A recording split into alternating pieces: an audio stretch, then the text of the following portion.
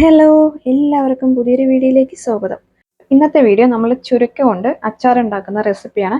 ചുരക്ക എന്താണെന്ന് എല്ലാവർക്കും അറിയാമെന്ന് വിചാരിക്കുന്നു. അപ്പോൾ നമുക്ക് അച്ചാർ ഉണ്ടാക്കാം.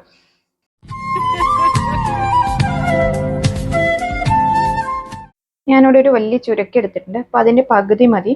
ആ പകുതി കട്ട് ചെയ്ത് മാറ്റി വെച്ചിട്ടുണ്ട്. ഇനി അതിൻ്റെ തൊലിയെല്ലാം കളയാം. തൊലി കളഞ്ഞതിന് ശേഷം അതിൻ്റെ ബാക്ക് സൈഡ് ഒന്ന് കട്ട് ചെയ്ത് കളയാം.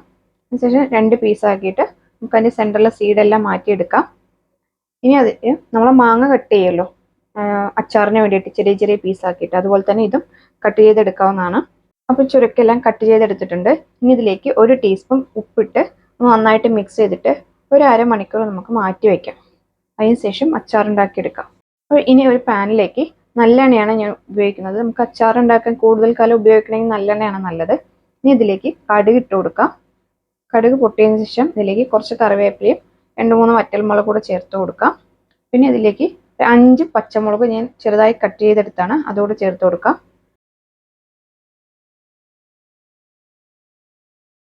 ഇനി ഇതിലേക്ക് ഒരു 10-15 വെളുത്തുള്ളി ക്ലീൻ ചെയ്തെടുത്തിട്ടുണ്ട്, അതുകൂടെ ചേർത്ത് കൊടുക്കാം. വെളുത്തുള്ളി ഒന്ന് എണ്ണയിലിട്ട് മൂപ്പിച്ചെടുക്കാം.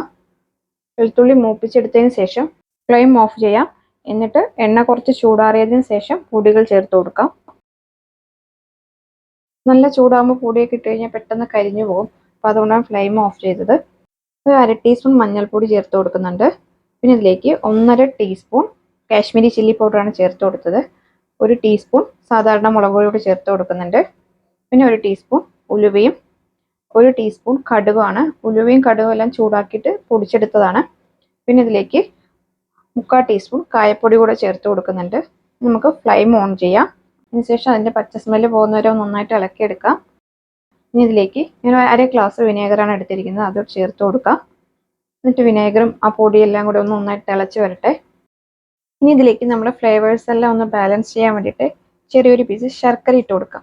ശർക്കര ഇല്ലെങ്കിൽ പഞ്ചസാരയാണെങ്കിലും ഇട്ട് കൊടുക്കാം. അപ്പം ഞാനൊരു ചെറിയൊരു പീസ് ശർക്കര ഇട്ട് കൊടുത്തിട്ടുണ്ട്. ഇനി ഇതിലേക്ക് ചുരക്ക കൂടെ ചേർത്ത് കൊടുക്കാം.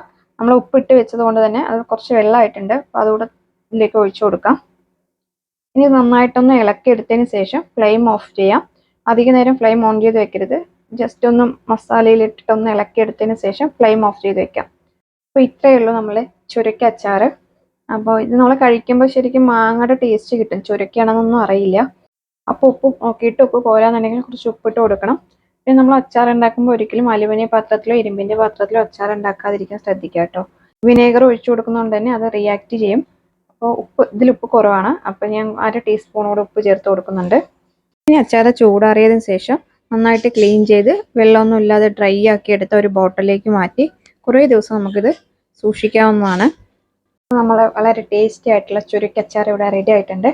അപ്പോൾ വീഡിയോ ഇഷ്ടമായാൽ ലൈക്ക് ചെയ്യാനും ഷെയർ ചെയ്യാനും മറക്കരുത്. അപ്പോൾ നമ്മുടെ ചാനൽ ആദ്യമായിട്ട് കാണുന്നവരുണ്ടെങ്കിൽ ഒന്ന് സബ്സ്ക്രൈബ് ചെയ്ത് സപ്പോർട്ട് ചെയ്തേക്കണേ. അപ്പോൾ അടുത്തൊരു വീഡിയോ ആയിട്ട് കാണുന്നവരേക്കും ബൈ ബൈ. Thank you.